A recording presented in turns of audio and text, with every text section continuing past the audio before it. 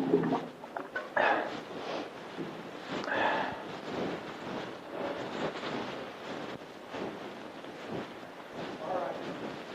we go. Where's your witness? I had I asked them not to. I asked them to call it off and that I would handle it all myself. Okay.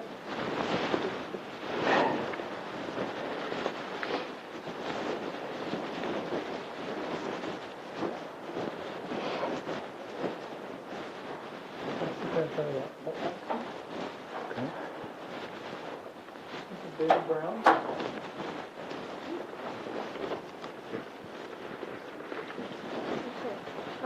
So we're going to start the recording, and okay. Yeah, Pardon? I plugged my laptop into the wall. Are you going to use your laptop in the hearing? Yes. I don't see why not. Go ahead.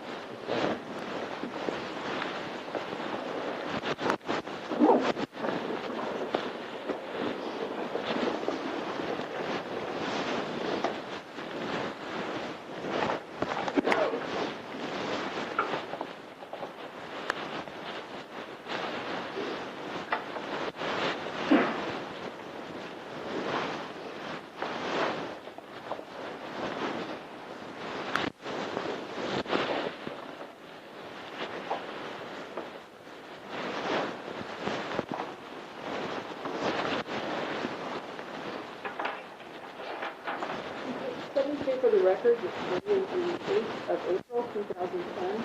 Conduct Board is convened tonight to hear allegations that Mr. David Brown has violated provisions of the university's Code of Conduct for Students. First, I would like to have the board members introduce themselves. Mr. Brown. Hi, I'm Tom Faulkner. I'm a graduate student.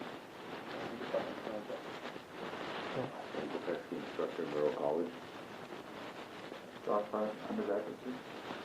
And as I told you before, I'm Lisa McIntyre, and I believe you know Dean Wethridge. Okay. So here's how this goes. First, Dr. Wethridge is going to read each of the charges that the university has brought against you. And after he reads each one, I'm going to ask you if you plead responsible or not responsible. Then will you be giving an overview of the case? Very brief. Okay, a very brief overview. Then we'll have the university's witnesses. Did you bring any witnesses? No, I did not. You did not, okay. Members of the board will ask questions of the witnesses. If you have any questions that you would like to put to the witness, I'm going to ask you to write them down and give them to me, and if I deem them appropriate, I will ask them for you, okay? After we've heard the university's witnesses, then you will have an opportunity to make a statement, tell us what you think we need to know about what's really going on. Then we generally take a little break, and I'm going to ask Mr. Wethridge to give a closing statement for the university with a recommendation to the board, and then you will have the opportunity to ask words. As I understand it, one of the witnesses, Ashley Fagerly, is concerned about being in the same room with you. So when she testifies, we're going to put you in another office with a speakerphone so you can hear what's going on. And you can still write down your questions, and I'll make Dean Wethridge run down and get them from you. Okay? Okay. Mr. Wethridge. May I ask Oh, yes. one quick question? Is this a formal hearing? This is what we, it's formal and relatively formal. It's what's called a brief adjudicated procedure. So we have rules about, who speaks when and things like that. Was there something specific you wanted to ask about? I guess I was wondering, when Chris and I met and he started informing me of how a process like this would work, he said, I made mention that I would like the formal hearing. This is as formal as we get. This is, okay, I just wanted to... This is the formal process that we have for cases such as these. Perfect. Okay. Thank you. Okay? Yes. All right, there are 3 charges. The first is WAC 504-26204, abuse of self or others. Excuse me, I think that's 203 according to my sheet. Is that wrong? They were in an optional. Oh, okay, I'm sorry. 204, sorry, All right. which states physical abuse, threats, intimidation, and or other conduct which threatens or endangers the health or safety of any person, including oneself. You plead responsible or not responsible? Not responsible. Okay. 504-26203, disruption, states students have the right to freedom of speech, including the right to dissent or protest, but this expression may not interfere with the rights of others or disrupt university activities. Prohibited behavior includes disruption or obstruction of teaching, research, administration, disciplinary proceedings, other university activities, including public service functions, on or off campus, or of other authorized non-university activities when the conduct occurs on university premises or is directed towards community members by any means, including use of telephone, computer, or some other medium. You plead responsible or not responsible? Not responsible. Okay, thank you. And the final is 504-26207, failure to comply with university officials or law enforcement officers, failure to comply with directions of university officials and or law enforcement officers acting in performance of their duties, or failure to identify oneself to these persons when required to do so. You plead responsible or not responsible? Not responsible. Okay. Okay.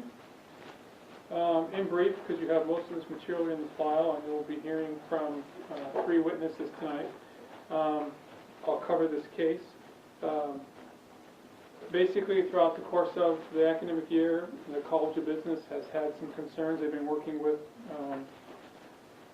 David on, and on March 10th of this year, they provided him a letter that said that the behavior they had been discussing with him needed to stop, and any further problems that would arise would result in a referral to the Office of Student Conduct.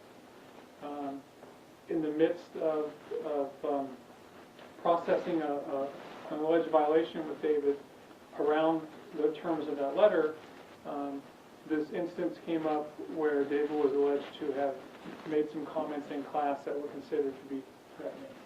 And so you'll see the basic framework here in the letter on page 1 of the student conduct letter. Essentially, David's alleged disruption in the MIS class caused students to be fearful for their safety, which then caused a class later that morning to be canceled, a class that was for accounting.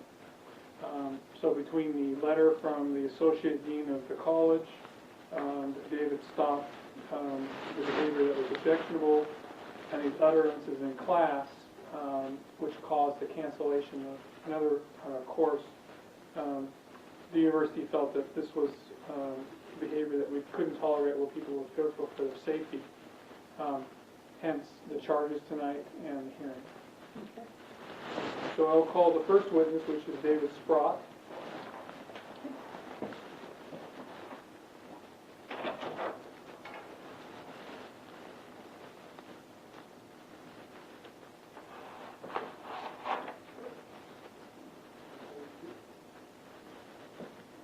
Should I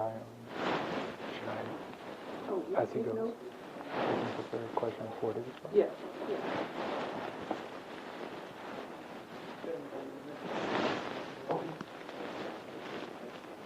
Dr. Sprott? Professor Sprott, could you tell us what your position is in the business school? Oh, wait, before I ask you any questions, I have to swear you in. Do you swear or affirm under penalty of perjury that the testimony you shall give in these proceedings shall be the truth, the whole truth, and nothing but the truth? Yes, I do. Thank you. Could you tell us what your position is in the business school? Sure, I'm one of the faculty members. I'm also in charge of the graduate programs, associate dean, and also international affairs. Okay. And in the course of your work as a faculty member or as associate dean, have you had interactions with Mr. Brown? Yes. Could you tell us about those? Certainly. So I'll kind of, if you just want me to go in chronological order? That's probably be the best. Okay, sure. So, David started in the program last summer, mid to early August, I can't quite recall when the beginning started, he's a few weeks early. And I think one of the first interactions we had early on that week where I first got to meet David. Since that time, including last fall and this spring, there have been a number of incidents and concerns brought forward to me through our director of graduate program, through Cheryl Oliver. Who's one of our AT staff members, who's my direct report, chief of staff at Seattle Command. And a variety of different events have been brought forward about David. And David has also brought concerns forward to us as well. So I have played out the concerns that David has expressed to me specifically, and some have been expressed about David. Last fall, David came in and said he had concerns about one of our faculty members, Ken Barfield. And Ken has been there as long as I have, probably about 15 years, taking a professor down in the management department, teaching a leadership course. And David was very concerned, and I really do believe David thought that Ken was, and I don't know what the good word is, but was somehow, quote unquote, out to get him. He had some sort of disrespect towards David, or had some concerns that somehow David had about Ken. And it got to the point that it ended up in the dean's office with Cheryl Oliver, myself, and one of our other associates, and during the course of that conversation, David basically expressed that Ken had disrespected him on numerous occasions. And, you know, when the student brings up kind of a comment forward to the dean's office, we certainly take it seriously and are concerned about it, because we certainly don't want one of our faculty members to, you know, be doing anything negative towards the student. And during the course of that conversation, it became clear to us, at least as our interpretation of it, was that basically David was interpreting, or perhaps over-interpreting, a number of interactions with Professor Butterfield. Now, I'm not in charge of faculty members, the other associate deans, but pretty much we've never had any issues or incidences with Ken on any dimension. He's a good teacher, a good researcher, involved with a lot of service activities. So it was really an outlier for us to have David come forth and express these concerns to us. And all of us pushed David on the numerous occasions, like what specific students can do to cause these issues. And you know, I think Danny and I talked about this with David, that it seemed like just simple things that could happen in the course, David interpreted as things in towards him, concerns that, you know, and when it was, of course, it's on leadership, so when we talk about leadership styles or difficult employees, you know, it's probably not unlikely that there are probably things that are close to home. Our interpretation of it was that David was interpreting some of these, you know, class principles as aimed at targeted directed towards him. That relationship between David and Ken seemed to improve after that discussion. I think Ken kind of did things differently somehow. David, I think, saw things differently as well. So that was the first interaction that I had specifically with David, kind of on in sort of the official level in terms of the MBA program in itself. I should also note that the MBA is a cohorted program, so the students all start at the same time. So when David began the program in August, pretty much the students that started with him went through at the same time. So it's a very kind of tight-knit system. It's part of that process in terms of context. The next interaction I had with David specifically on the issue was this past spring, probably, or this spring, maybe 4 or 5 weeks ago, I think I recall. We basically had the similar concerns with the students in one of the courses that I was in.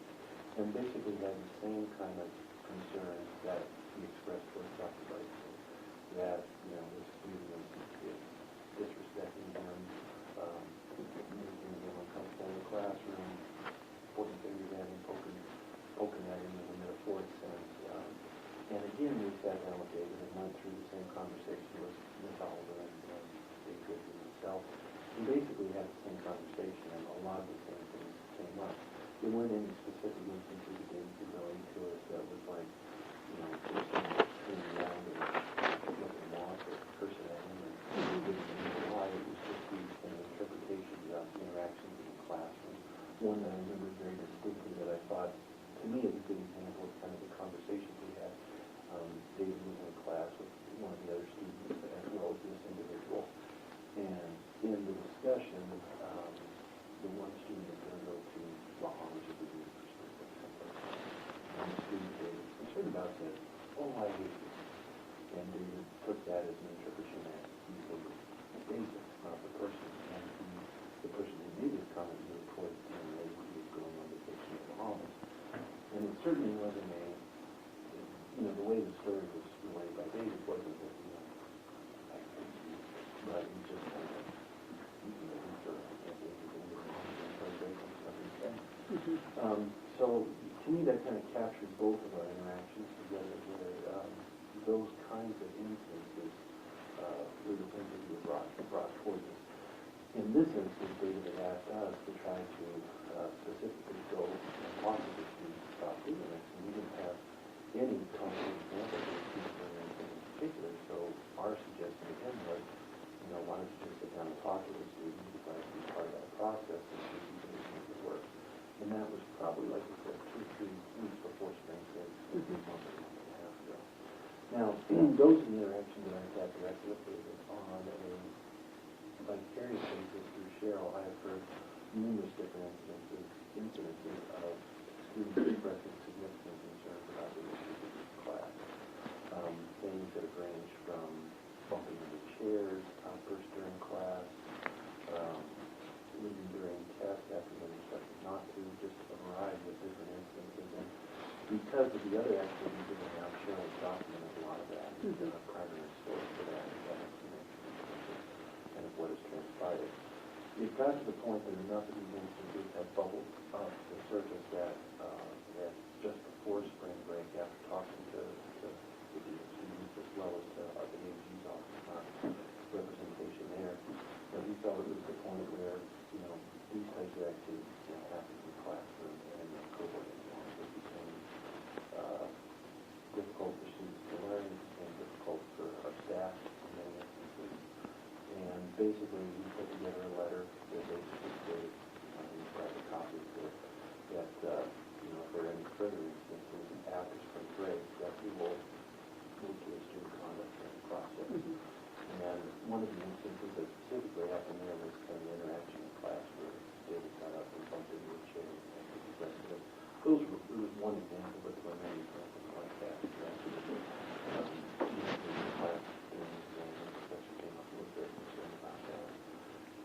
Sent that letter down, it was given to David, and then I think it was the Monday of spring break, if I'm not mistaken, or the Monday after spring break, that there was another incident with another student that was touching an issue, and there was a comment on Facebook, and I believe that student actually tried to seek some sort of legal ramifications for David in that regard. I'm not sure where that ultimately came out. I heard about that, and by Thursday of that week, there was another incident that was reported in my S course Thursday morning, where what was relayed to me from the student was that David came in, he was acting certainly in kind of an inappropriate sort of strange manner in terms of his interactions with the students last semester. The student or the professor had asked a very specific question in an MIS course, and in the course of his answer to the question, issues came up about murder and a variety of other things that pretty much, to put it in very extreme terms, freaked out a lot of students. There was a line in Cheryl's office that basically said, this has gotten to the point where we're concerned for safety. We don't want to go back and force into the classroom again. This is the next and progress. I found that out like 9:30 last Thursday morning. There was another course that was going to be offered at 10:30 following it. Just immediately after an hour. And that taken in conjunction with the faculty members to cancel the course because, a good percentage of the students weren't going to show up in the course to begin with. They just were out and not going to do this. And then after consultation with the police, the judge, the office, basically, it became clear that, in particular, the students in the process, that it just didn't seem appropriate.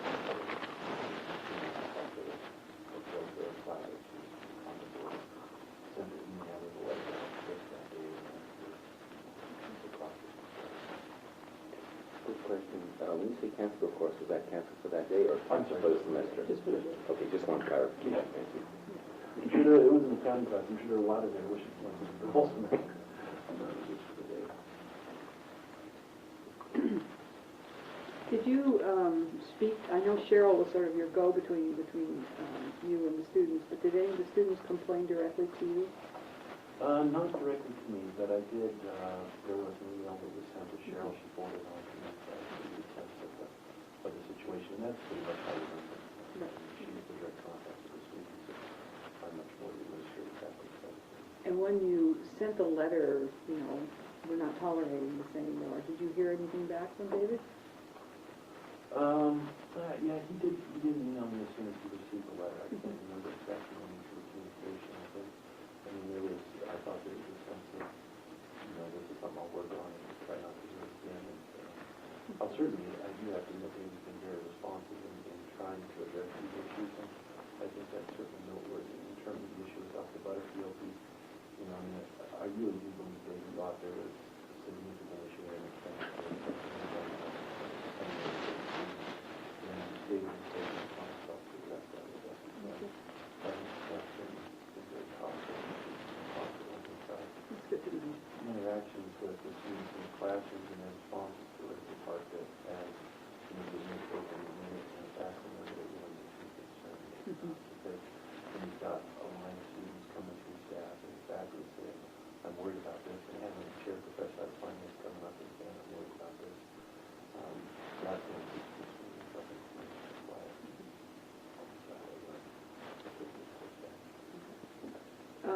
David, do you have any questions you want me to ask of the dean? Yes, it is. I will finish the sentence. Okay. May I have a moment to finish? Sure.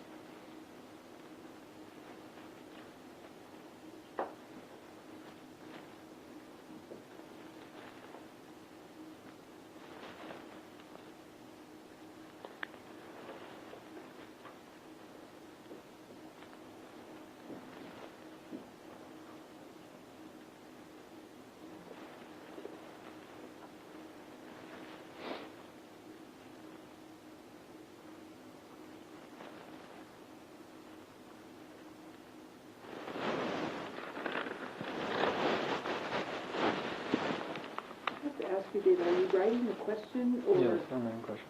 Okay.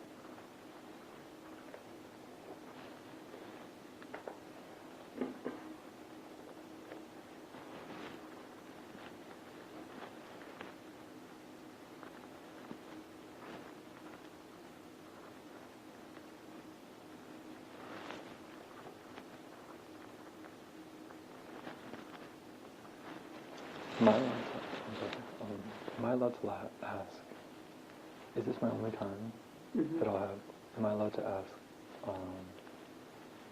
kind of any burning question? Any? Am I allowed to ask like any question? Well, that's why I'm having you write them down so I'll be able to tell you if they're appropriate or not. This one.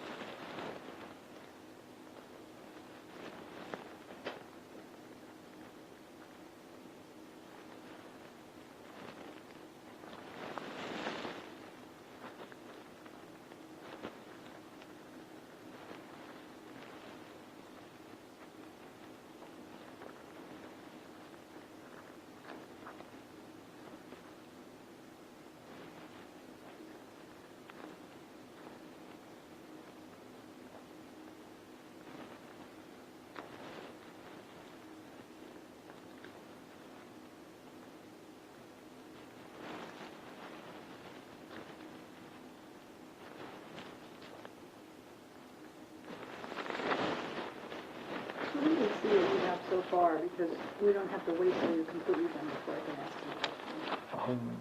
Well, this is my last question. I was Okay. finishing. May, This is the last one? Pardon me? is it alright if I finish my last one? All right, and you just have one more. Okay.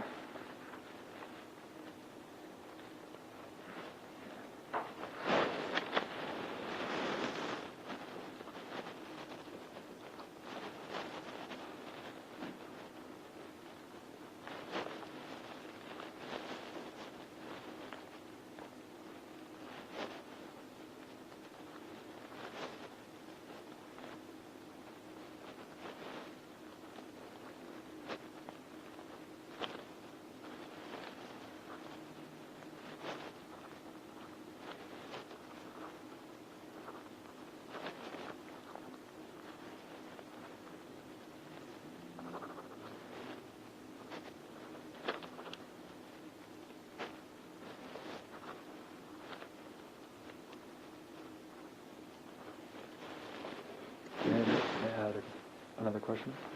Well, let me see what you have so far, because I can't imagine what you're spending so much time writing, and I'd like to see, while you write your final question, may I see your other questions? Am I forced to turn over my questions at this point? Well, I'm going to have to ask them, right? Yes, you are. Oh, so you want to, how many more do you have to ask? Well, the problem is I'm kind of, a lot of them lead into another, and a lot of them are popping off. I mean, there's a lot of things involved in this case, in my opinion, and I believe they're all relevant to what is the best decision at this time. Mm-hmm. I believe that they need to be asked for a just decision to be made. All right, I'll give you a couple more minutes.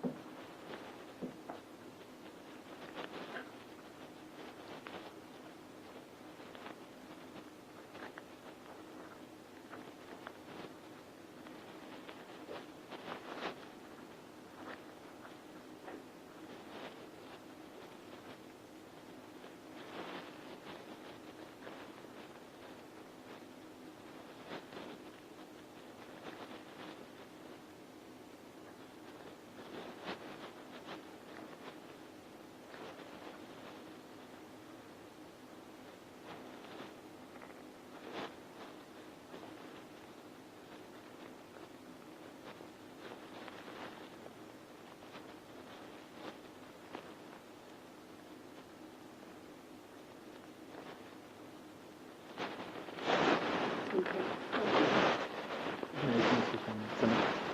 All right, one Okay. sentence. One sentence.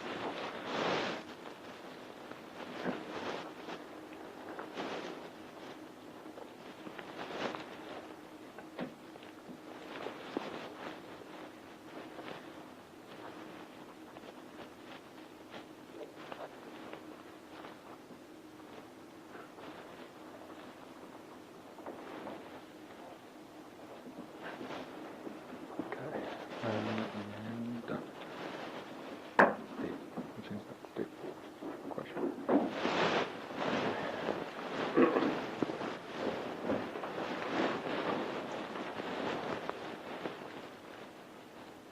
Okay.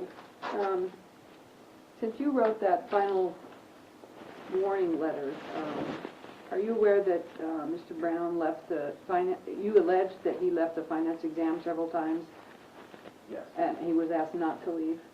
yes. Okay.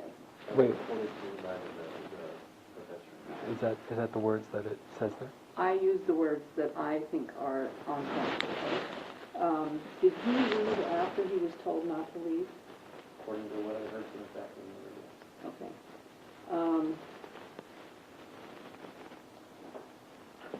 Who is Harry Turtle? Okay. Did you speak to him about what happened in his class? Yes, along with the And so what you learned from Professor Turtle is reflected in your letter? Okay. After you received the letter, did Mr. Brown respond that students were complaining in groups about anything they can only... Oh, they only wanted to get Mr. Brown in trouble? No, I'm sorry, did David tell me that? Yes. I don't recall exactly what he wrote, but I don't believe that was in there. So I understand Mr. Brown brought to your attention that he had concerns about Evan Hurry, right? Correct. Okay. Something about his gun to his head? Oh, I figured his hand. Oh, okay. Okay. That Evan put a gun to David's head, No, figuratively? it was the discussion, if I remember, it was feel free to, I forgot that part. It was something we were sitting in class, and he went and did something like this, and the part Evan did? Evan did Okay. during the class that David was To his own? head like this, not like pointed at Okay. somebody else. And our interpretation, if I recall back to the time, was it was more like, kill me now, I hate this class, more so than negative towards David, but Mhm. David did interpret it as a disrespectful act towards him. Okay. But as we sat there and talked quite a bit about that with David, and this was with Cheryl and Dr. Whitney, Mhm. you know, our interpretation was that, you know, this is an awful class. Okay. We thought it was an alternate. There's Just be calm, okay? Some of these questions can't be asked of the dean, they'll be asked of the other witnesses. All right? But there's an extremely vital factual. The There's a factual account that needs. What was the factual question? I specifically said in that meeting to this dean and the other dean that Evan Hurry meant it as a symbol that I was the one who had been wrongfully sent to student conduct. I had been sent to student conduct over a concern of a student saying this. I said, I never did that. There's a camera in the room. Please check the evidence. I've never did that. And he responded like, you know, Evan's this, going to like, testify. We can talk to him about that. okay, but I believe it is incredibly vital to note that I specifically mentioned that there was an issue involving false information being reported to Okay, student and conduct. that will is be highly your relevant. testimony, okay? Because you'll have your time to tell this. And just to clarify, just the order there, he did talk to us about that in advance of the letter sent out to students. Was in advance. Just Most of these questions will come out in Mr. Brown's own testimony.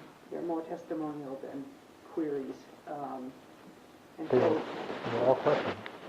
I know they're all phrased as questions. They're all questions. It's up to my discretion whether or not I deem them appropriate or not. And most of them are you saying what happened and asking him if he agrees. And so we'll just hear it from you directly. Okay. Okay? So I think that does it. Thank you very much for coming in, yeah.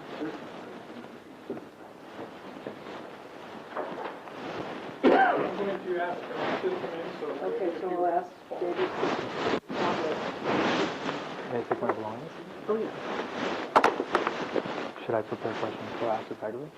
Yes, but try to keep them short and to the point, you know, so that, because when you're writing, isn't it true that we've seen the letters, we've seen statements from the students, so if you have something that isn't brought out in the rest of the test, evidence, that's what you need to focus on, okay?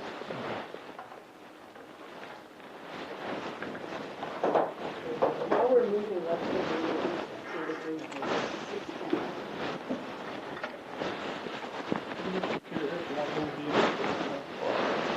I just want to make sure I have all my belongings.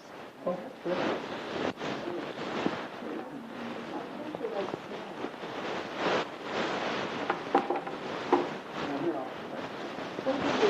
Right on the photocopy table, if you need it.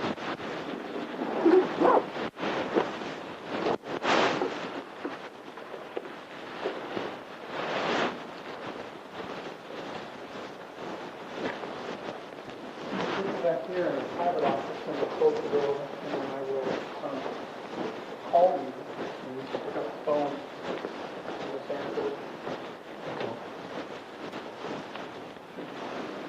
Plug in and everything.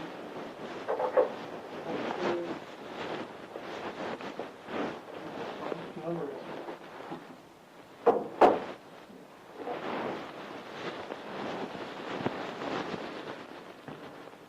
it? Is that?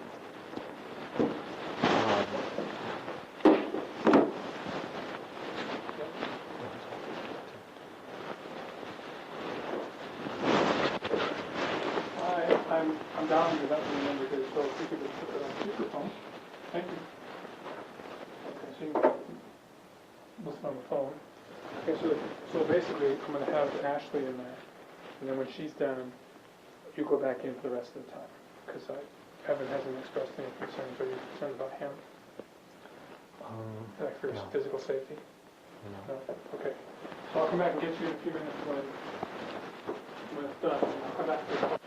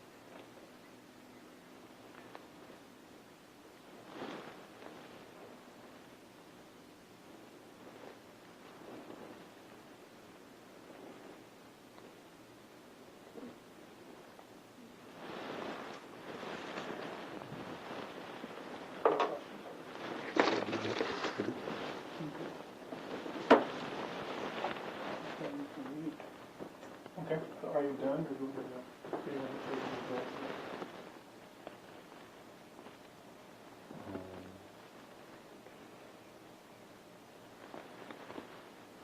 They haven't made it.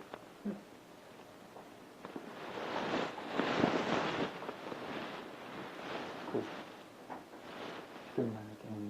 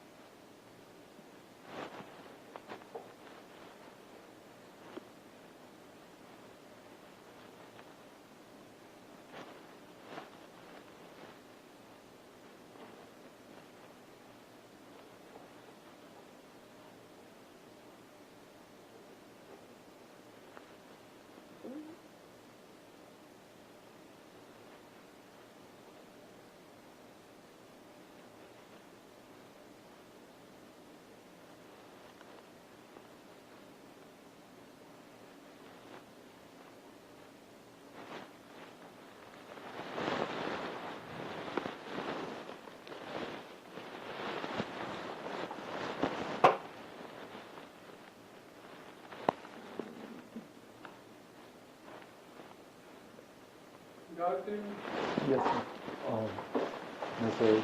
So I composed these with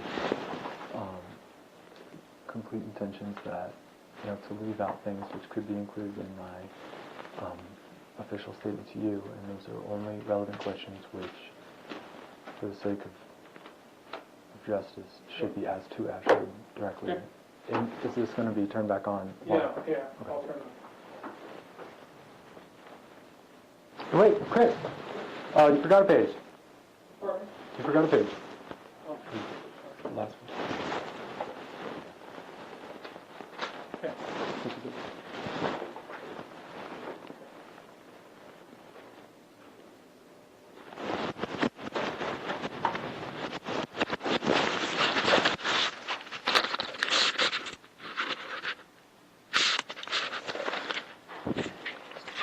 Okay, so it's 6:34 and we're back on the record.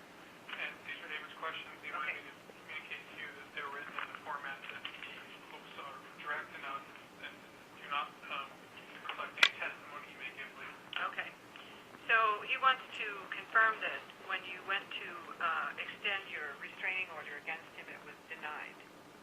Yes or no? The temporary one or the Yes. Well, what's the status of the temporary one? Terminated. And the permanent one? There was none. Okay. Okay, and you did a petition of harassment? Yes, Okay, everything was denied. Did you ever ask him not to contact you prior to the shoulder touching event? Prior to then, did you ever mention to him that you felt uncomfortable when he was around?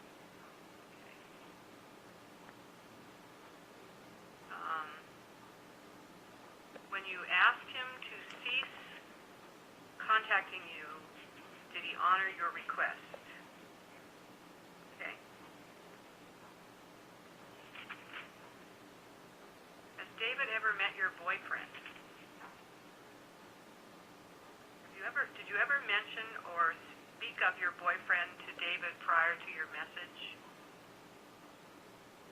But you did say it was on your Facebook? Okay.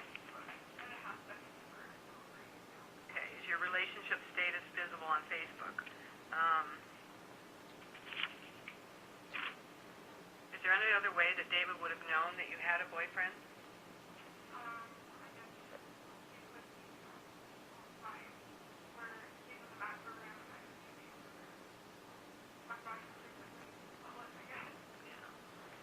Did you ever agree to have coffee with David? Okay. Did you ever say no to having coffee with him? No. Okay. Did you ever tell David that you had negative feelings towards him? No. Okay.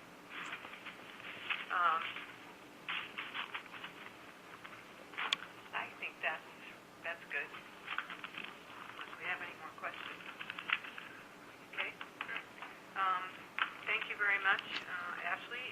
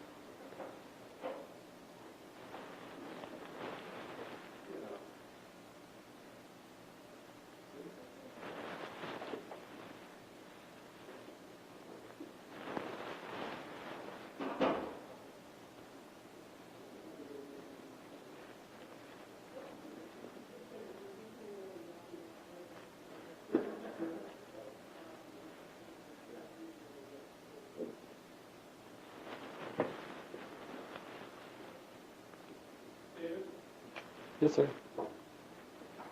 You hang up. That'll be Evan.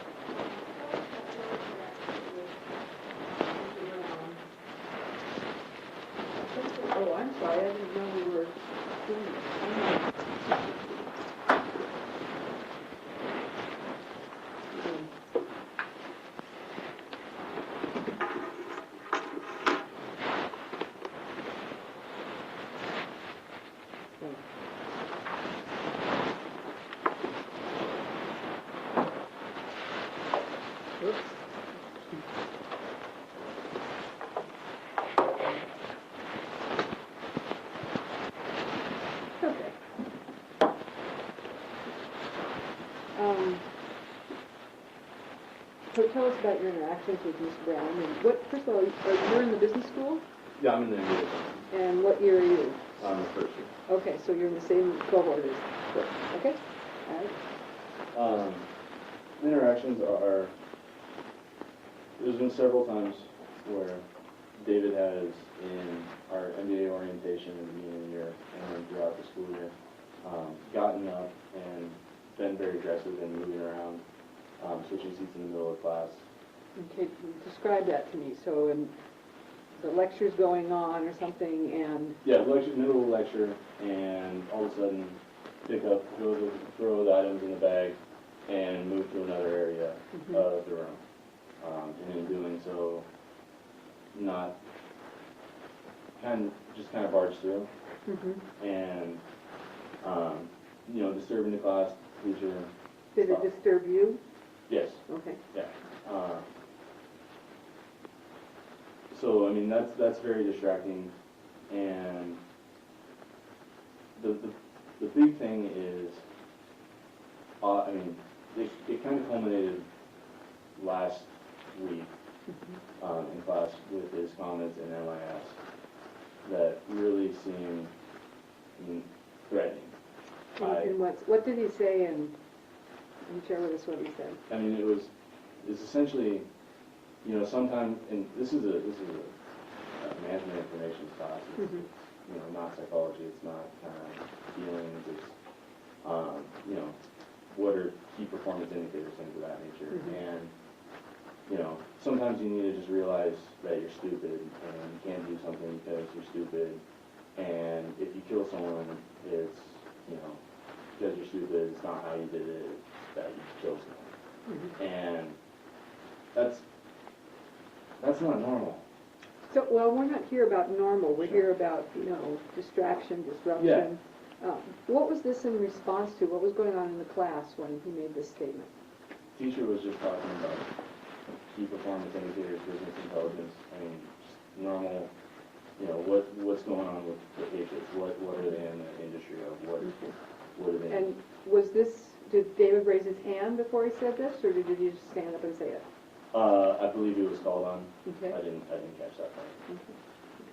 But I mean, yeah. So the thing with me is, I feel uncomfortable when David's in the room, because if he is behind me, I feel uncomfortable because I don't know what he's doing, and so I have to sit myself where I can see him. And when he leaves the room, I become preoccupied with where is he, what is he doing, when is he coming back, and when he opens that door, I'm looking at his hands. I'm wondering, is he coming in with anything? So what has he done that makes you suspect that he might do something negative towards you? It's the kind of random sayings. It's the fact that I've been in my office before, and girls have come in who are in our cohort. Women? Yeah, correct. Women. I'm 27, so they're kind of girls to me. Well, they're not 12. Yeah, I apologize. But women who are in the cohort have come in and gone, and my boss can testify to this. They come in and go, hey, can we just hang out in here, because we were walking through the shelves and David was calling us, and we don't really feel comfortable with him going to where we're studying, and touching people's hair, and people coming up and just saying that they're uncomfortable, and I'm uncomfortable. I'm not a person who gets afraid of people. I'm not. I'm a bouncer at a bar. I've been doing that for years. I'm a big guy, 250 pounds, a little overweight, but I don't get afraid of people. I don't. So what is it makes you afraid of David? I don't know what's going on with him. Because So you think he's unpredictable? Absolutely. I mean, I was working in Boston. I'd get out of work late, 2 in the morning. I'd have no problem walking down the street late at night. Downtown Boston. I'd be careful. I'd be conscious. I'd look around. If I saw someone coming at me, I would size them up and go, maybe I should take a left here. Or, I'll be fine. But with him, I don't know. I don't know what he's doing. And that's good. Okay.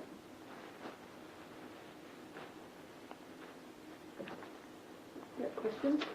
Um, Oh, yeah, go ahead. You said that certain sayings that he said? Yeah.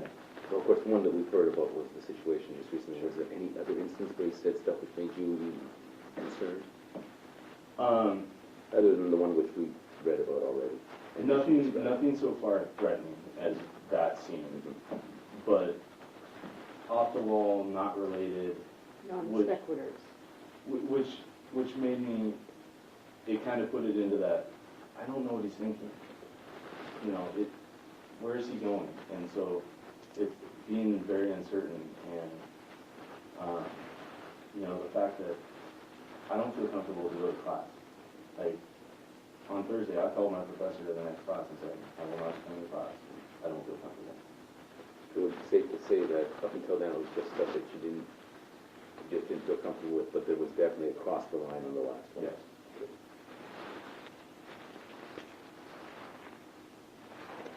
Yeah, I think one of the comments is most kind of something that you shot for, that gave you a sense of the unpredictability that, like, you know, maybe you didn't, maybe weren't direct responses to the questions that were asked. I mean, because there was this most recent one, and then do you know how many other ones that were like that? Or was it just this one time? I mean, threatening, that was the only time, to be honest. Uh-huh. But the kind of not related, why are you bringing that up? Countless.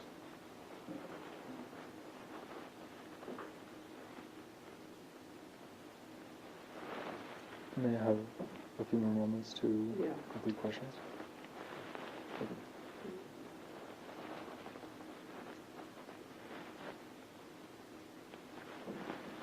How far do you do down? I'm down in my office.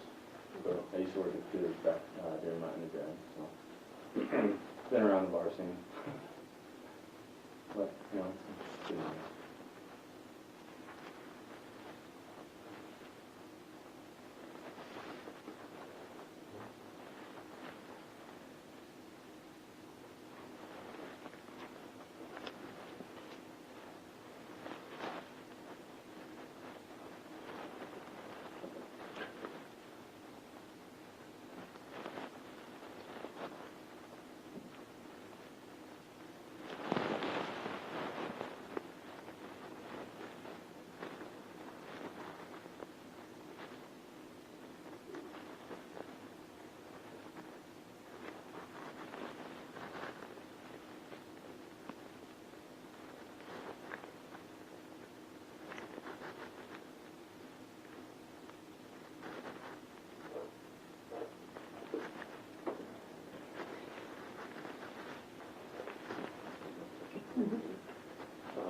Was there any time during the semester when this was going on that you actually talked to David about your concerns?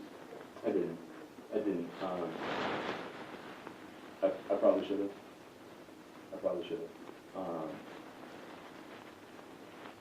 Yeah, I probably should have.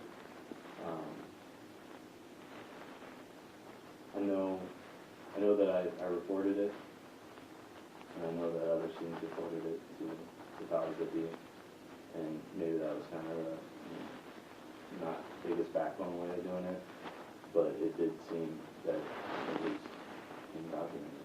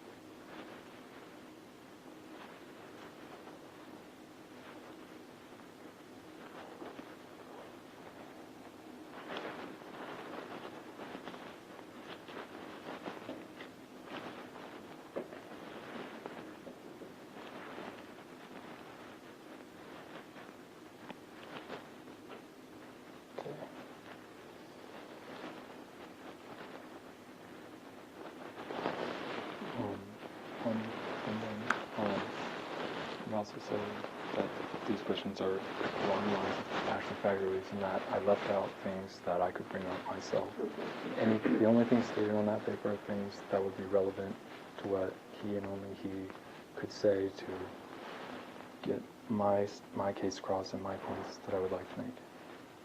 And there's nothing unethical about the questions that are proposed. I think the question is not are they ethical or unethical, but are they appropriate for this setting?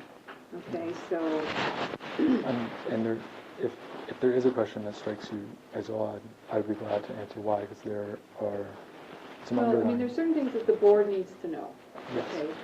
But as far as the Socratic method and argumentation goes, there are questions that may seem random if you don't understand my statement and if you don't understand the facts. So a harmless yes or no or a harmless description of events may, if it is a completely, if it seems random, it may not be once I am allowed to speak. I understand what you're saying. Okay, let me ask you this, Evan.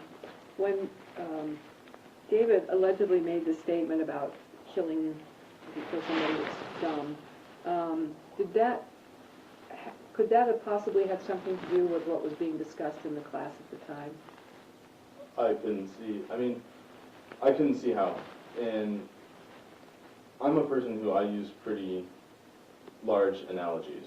Mm-hmm. I'm a big fan of metaphor, I'm a big fan of analogy.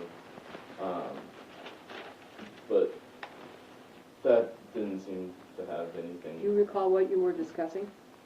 What was being discussed in class? Yeah, it had to do with what's the Patriots in the business of. Okay, so it was about a sports thing. Yeah. Okay.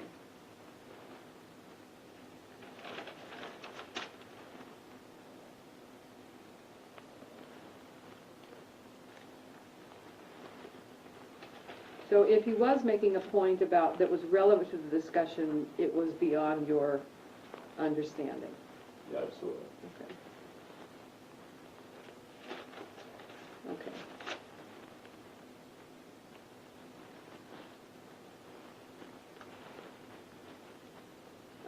I'm not going to ask the witness if he's ever done anything illegal.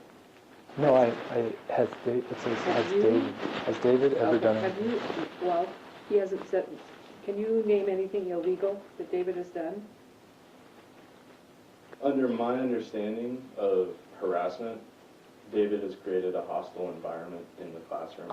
Okay, under your understanding, Under that my would be the understanding. only thing that you But could... arrested for anything, I have no idea. Okay. For all I know, All right. No. May I ask those questions? I mean, No, I you feel can't. that there's, They're taking us too far afield. but Okay, he's made a statement that he There- couldn't understand why your statement in class was relevant. there's, You can explain, okay. okay? Um, Thank you very much. Thank you.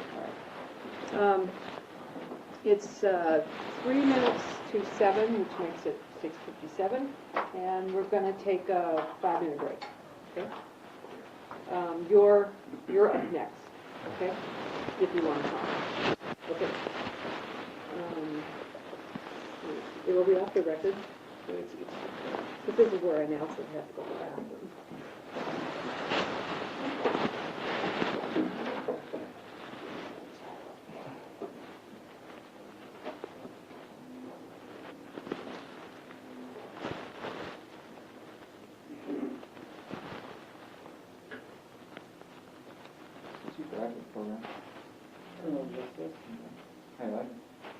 That's pretty good.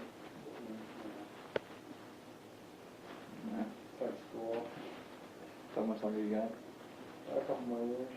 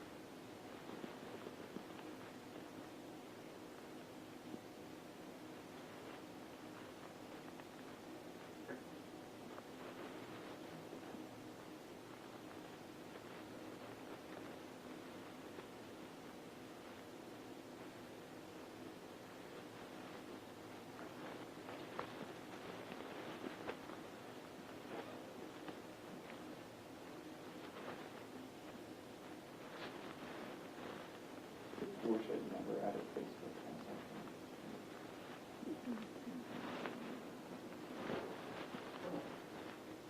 That's interesting. Must be 6 o'clock. Otherwise, that automatically shut off at 7 or something. Probably a timer. Probably something like that. Okay. It's probably a timer for time to stop, turn off. Like 2 hour, but 2 of them. So.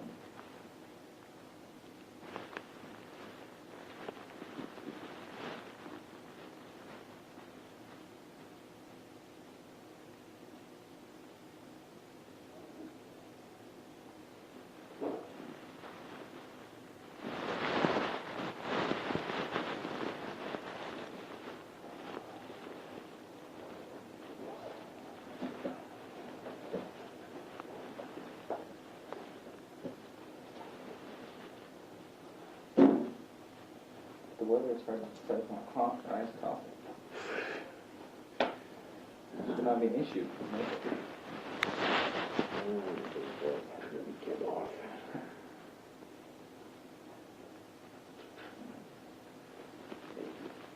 Great crazy weekend with all the living time. So still busy.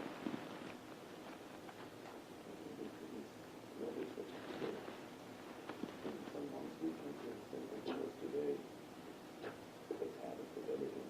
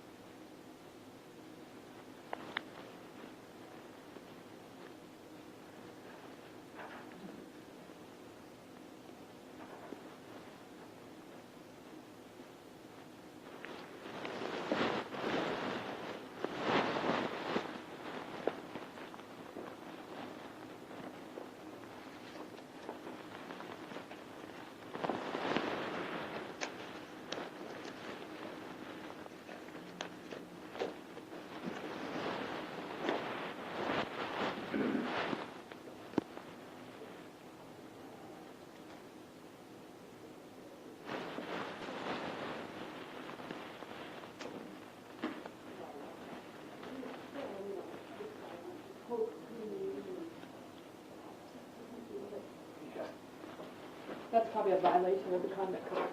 Not, well, it's technically, it's not. Oh.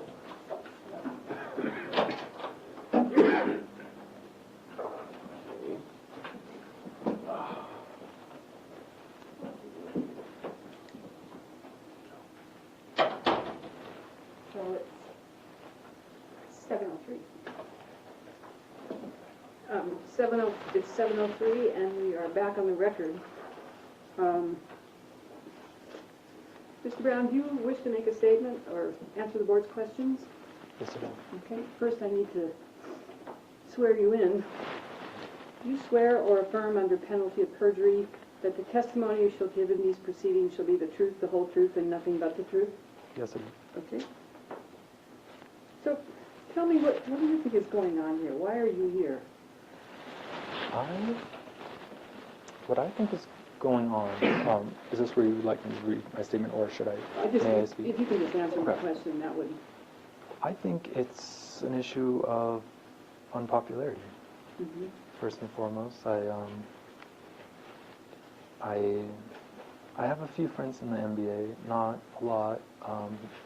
Business is often a place where a lot of popular students tend to gravitate towards. There's a lot of socializing that goes on in between, and I've not been a part of as much as it as I wish I should have. Mm-hmm.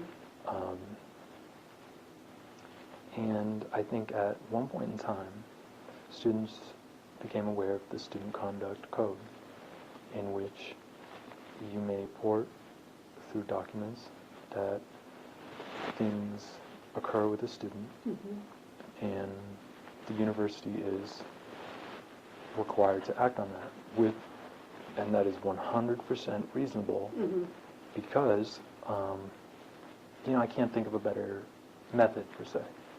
If people don't, even if 100 times someone had said, like there was an issue a few weeks ago, it came up in the Daily Evergreen regarding females who were alleging a man had assaulted them. It came out, it was totally false.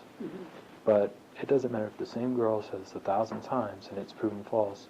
If it's not taken seriously that 1,001st time, that would be unjust. I do not in any way blame a student conduct system or the individuals involved in the student conduct system for what has happened, but I do believe that students reported a variety of things that they claimed I had done, and I was not necessarily disciplined, but I was sent to discuss the issues once with Chris and once with Raul Sanchez. And in both instances, there was things mentioned that I specifically said were not true, and I encouraged them to think about that or act on that. Chris and Raul? Yeah, well, with Chris, we'll go into specific details. He had mentioned a student reported. Can I make David's free to speak to whatever he would like to speak to. From a process perspective, I'd like to make David aware of the fact that we're discussing these specific charges and not anything that's extraneous to that. However, he can speak on whatever he would like to speak on. I just want to make him aware of the three charges we're talking about tonight. Let me get back to my first question then. So you say that this is really a result, people aren't telling the truth for one thing, but it's a result of your unpopularity. Yes. And so you think that a bunch of students got together because you're unpopular and targeted you by saying things, this is what David did, and, I'm afraid, and there's really nothing going on that would make them afraid. Yes, but I would like to say it's not necessarily a bunch through the student conduct file I've seen. I think it's more just a few. It doesn't necessarily, So it doesn't take a lot of people to turn Evan, Ashley, and at least a few others whose names were mentioned.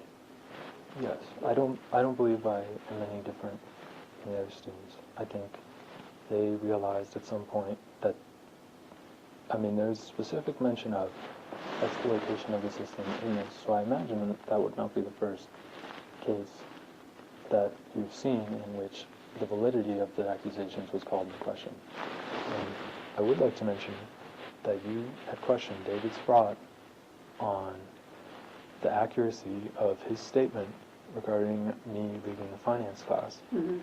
I had contacted the professor to see if he would come to this hearing. He said he cannot because there is a Nobel laureate in town and he will be busy until 8 o'clock tonight. But he wanted me to specifically mention that he would like you to contact him regarding how that incident occurred. Which professor is that? Dr. Harry Turtle.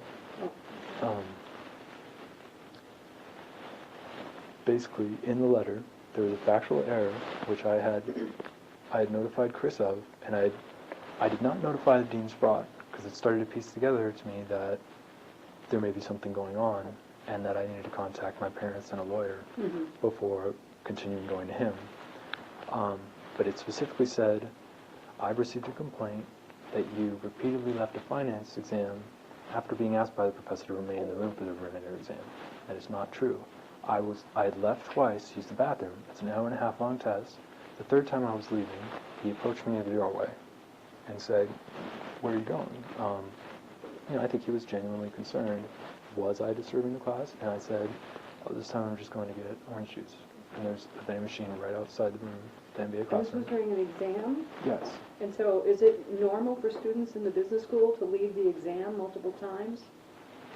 If that happened in my classes, I would be suspicious that the students were cheating. That's a possibility, and I would understand why they would have a concern with students not leaving. Mhm. But the concern to me arose when I realized the letter came to me after I had met with Dr. Harry Turtle. Mhm. I had met with him about a group issue, a group project, and he said, you know, while we're here, I thought we might talk about this.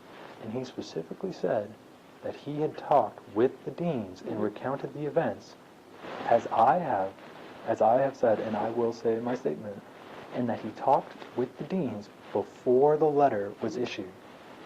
And what you have on recording is a recording of David Sprott saying he did not, and Harry Turtle will talk to you if you call him on that matter. And that is he did not pronounce no when he meant to pronounce yes. That is what the English language defines as a lie. And this is the College of Business dean who tends to be involved with me most. And, I mean, regardless of anything, I believe that would call every single bit of this case into question. Now, my understanding from the file is that, essentially what you just said, that you were leaving, you had left and come back multiple times, and finally the professor said, stop it. Isn't that what happened? No, well, no. Partially, I would say that's partially true, partially not. He approached me on the third time and said, you know, what's going on? And when I said, I'm just going to get orange juice, he said, okay, well, that's all right. And he did say that. He said it was all right that I leave the third time. But he said, but in the future, I'd appreciate it if you stay in the room for the remainder of the exam, because I think it may disturb other students. I got the orange juice and I went back. And as I was leaving the times, I was completely quiet. And I opened the door and closed it in the most quiet manner possible. I mean, I could see how you could... I honestly would be concerned as well that students are leaving in a graduate-level classroom. That is an incredibly professional environment. You know, kids' futures are defined by how they perform in a graduate level. But yet you did it 3 times. Yes, I did. I did do it 3 times, and that I am guilty of. But one thing I would say is that when he asked me, when he brought it to my attention, I complied and was completely cordial. Well, I understand that, but why would you not know it was inappropriate to do that? You know, I didn't think about it in that sense. You know, the MBA here is different than, say, you know, like certain universities where they expect you to have worked for Merrill Lynch before coming back. I mean, most of us are fresh out of undergrad. I mean, it's a pretty relaxed environment. Most kids are pretty friendly with each other. And, you know, it's really... I don't want to say it's unprofessional. It is very professional, but it's designed, in my opinion, they know who does the MBA here. It's the same as the MBA kind of at Western. People usually don't.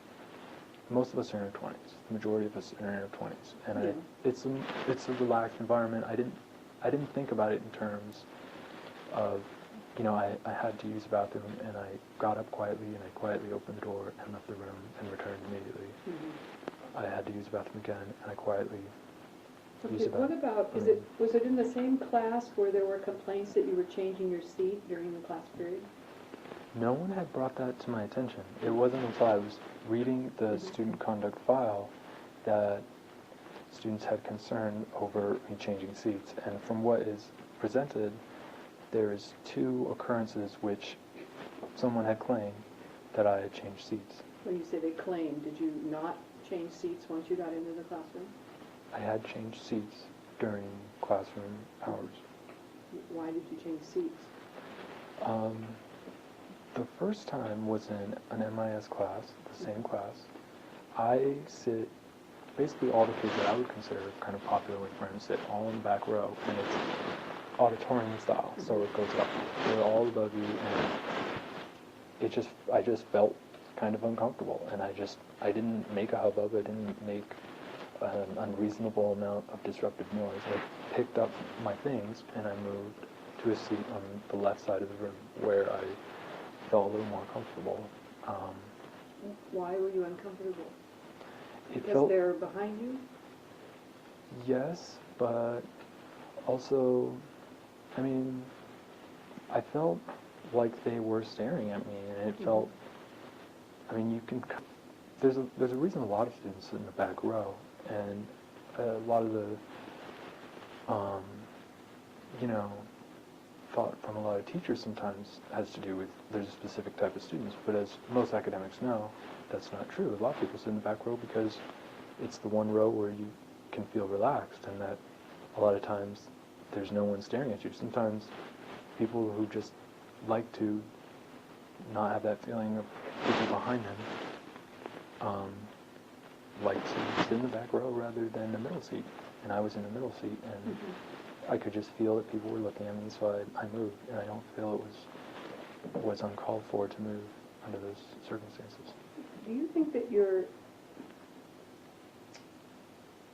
sense that people might have been staring with you is one that was shared by other people in the front row?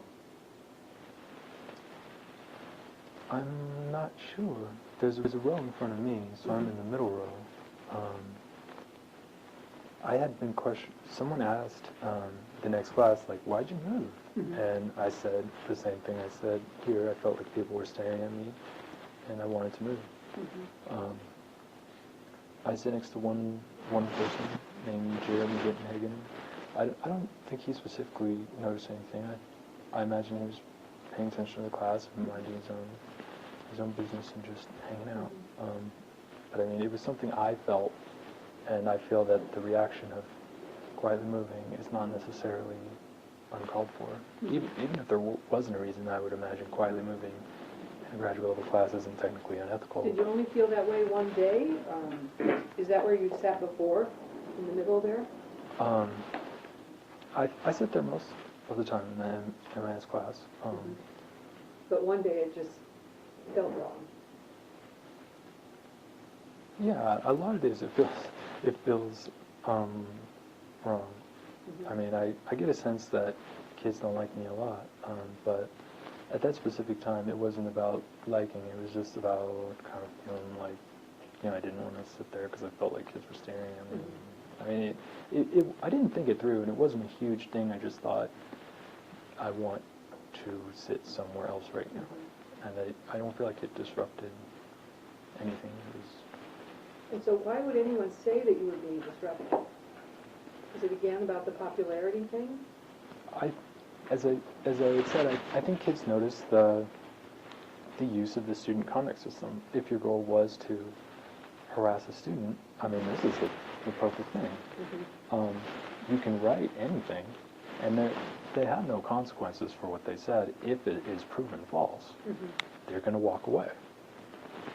And if you did dislike a person who was in your class, you could very easily write letters about them, which may be malicious or misrepresenting the factual occurrence, and they would get in trouble. And I had notified, I mean, regardless of whether or not that's true, I still think what I did is not technically unethical or grounds for suspension or expulsion. I feel like I'm a good kid, and I try as hard as I can to do the right things. I go to counseling.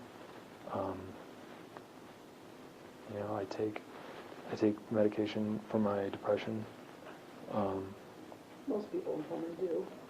Yeah, it's surprising. After I started taking it, I met a lot of other kids who said, yeah, I take something similar to that. Well, the dean suggested that maybe you were over-interpreting things. Do you think you've ever done that? No, I mean, I imagine, sometimes when kids are a lot of kids are more, I would say, secure than me. I would say I do have issues with insecurity. And when it feels like people dislike me, most people are like, I don't care if this guy doesn't like me or if that girl doesn't like me. Most people don't mind. I think about it. I mean, every conversation I have with my counselor is something I think about whether or not people are like me at the time. So I mean, I try. And I want to. I just want to be, a part of this program.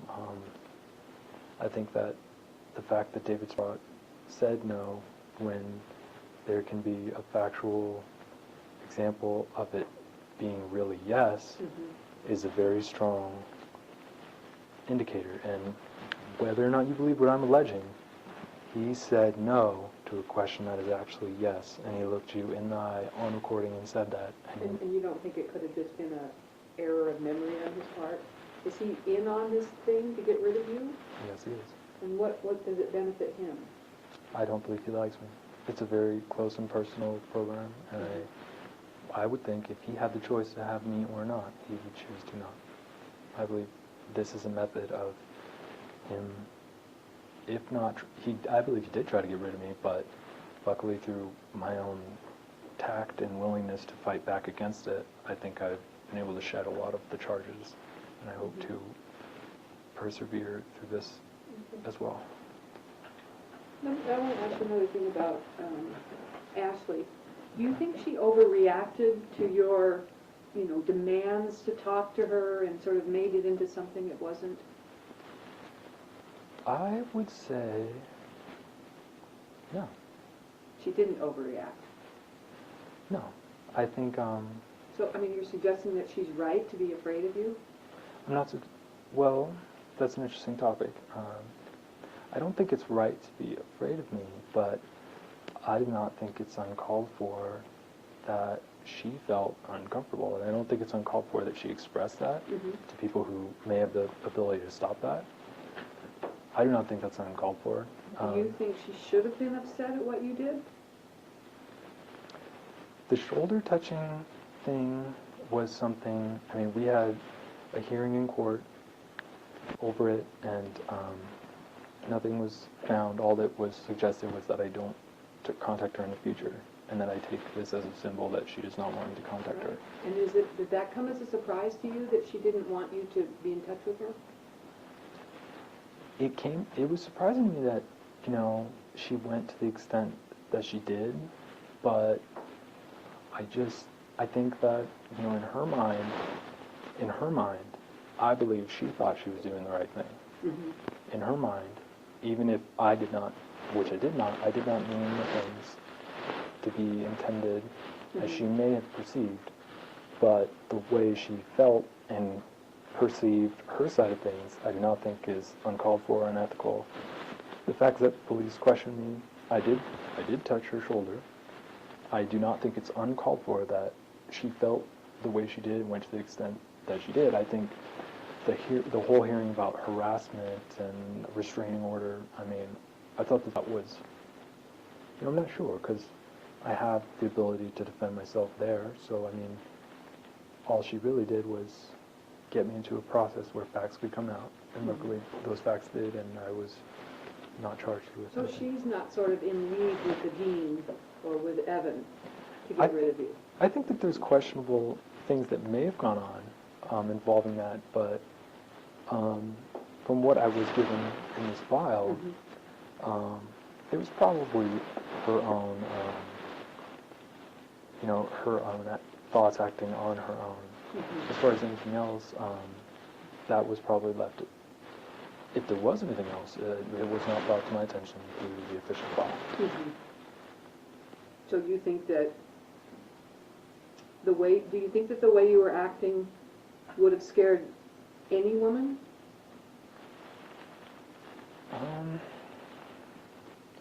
I think it depends on the woman.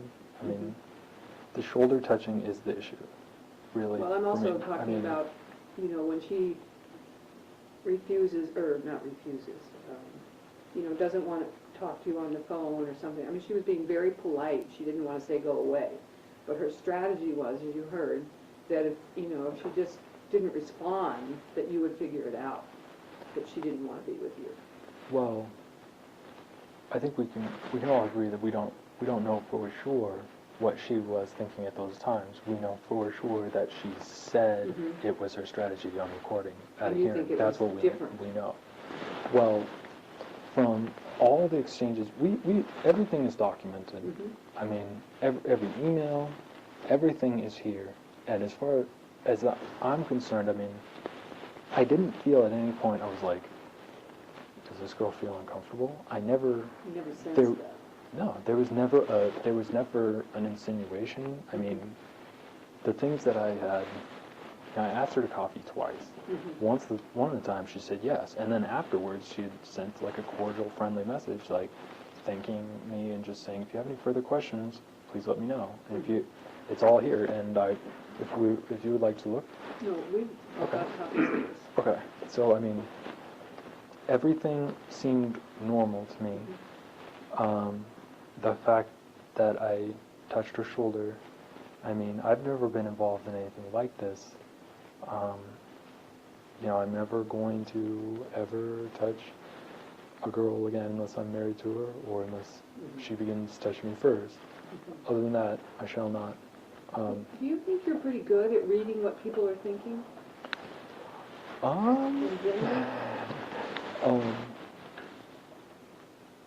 Yeah, I think I overthink it sometimes. Sometimes, you know, I talk with my friend, I'm like, you know, I think they were thinking that, or maybe they say, you know, maybe, are you sure you're not overreacting, overthinking? I mean, for me, I'm an inquisitive person. You know, a lot of people wouldn't question how the Student Conduct Board would go about, you know, investigating. I questioned it from day one. You know, I had noticed things that were claimed that were not true, and I questioned why it kept continuing when I had mentioned that. And you know, I questioned the motives. I mean, I majored in journalism. I want to go to law school. I mean, I care. I think one of the most exciting things on earth is when people stand up to people who are unethical.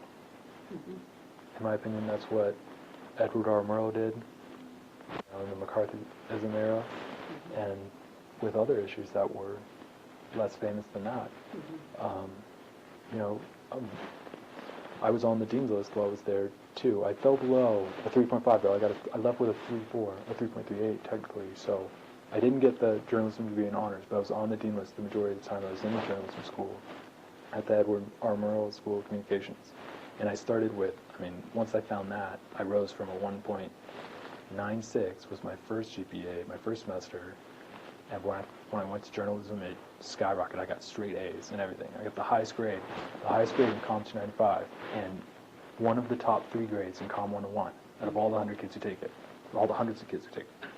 I mean, I will spend my life standing up for what I think is right. I think as far as my thoughts on David Sprott, we probably shouldn't concern ourselves with that here. We should talk about the charges and whether or not I actually committed them.